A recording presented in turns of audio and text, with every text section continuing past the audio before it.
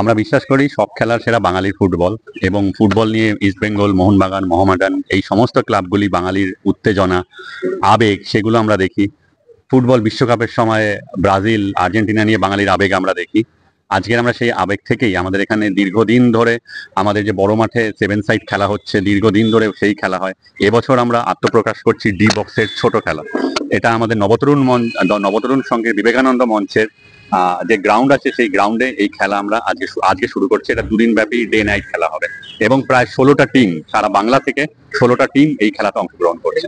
আমাদের উদ্দেশ্য সেটাই, এই প্রজন্মকে মোবাইল ফোন তার রিল থেকে সরিয়ে নিয়ে মাঠে নিয়ে আসা। ফলে আমাদের শুধুমাত্র বাংলার বিভিন্ন প্রান্ত থেকে টিম আসছে সেটা নয়, আমাদের অঞ্চলের যারা ছোটরা আছে তারাই খেলায় অংশগ্রহণ করছে, যাদের বয়স 8 থেকে 14, আবার যাদের বয়স 40 থেকে 50, তারা সিনিয়র, তারাও এই খেলায় অংশগ্রহণ করছে। ফলে অঞ্চলের মানুষ এবং বাংলার বিভিন্ন দলকে নিয়ে আমরা এই খেলাটি আজকের দিনে মানুষের মধ্যে আগে যেটা ছিল যে মানুষ মাঠে নেমে খেলতো এবং ফলে মাঠগুলো গম গম করতো, আজকের দিনে বাচ্চারা মাঠে আসছে না।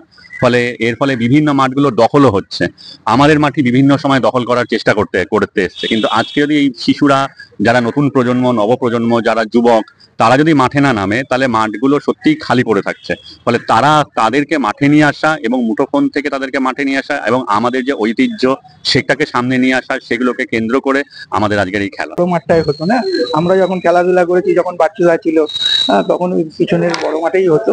তবে এখন যারা ছোট করে এইখানে করেছে, এর জন্য মানে নবতরুণ সংঘকে কিছু বলার নেই। বাচ্চারা চলে যাওয়ার পরে অনেকটা ছোট হয়ে গেছে খেলা। ইন্ডিভিজুয়াল স্কিলের প্রচন্ড ডিফারেন্স।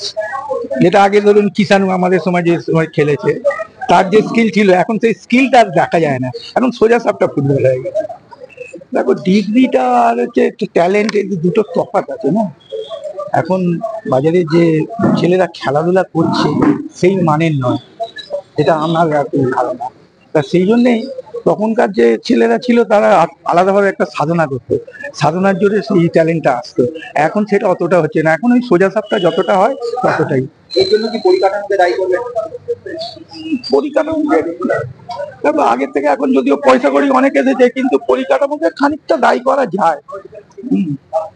আমাদের যেটা আছে, প্রথম ফার্স্ট উইনার্স ট্রফি 4 ফুট একটা winners trophy plus cash money আছে, আর second winners trophy plus cash money, এবং বিভিন্ন আকর্ষণীয় জিনিস আছে, man of the match, man of the series, best টুর্নামেন্টের প্লেয়ার যে হবে, আরো বিভিন্ন রকম অনেক আকর্ষণীয় পুরস্কার আমাদের আছে। হ্যাঁ, আমরা সবাই আশাবাদী, আশা করি যে এখানে যে বাচ্চারা খেলছে বা টুর্নামেন্টে অংশগ্রহণ করেছে, তারাও এখান থেকে পরবর্তীকালে বড় ক্লাব খেলার আমরা আশাবাদী রাখছি। কারণ এখনকার ছেলেদের মধ্যে যতটা কিছু ছেলে আছে মোবাইলের মধ্যে ঢুকে রিল, পাবজির মধ্যে, বাট কিছু ছেলে আছে মাঠকে খুব এখনো ভালোবাসে। তো আমরা আশা করি যারা মাঠকে ভালোবাসে তারা আগামী দিনে একটা বড় জায়গায় যাওয়ার একটা পরিকল্পনা রাখে তারা।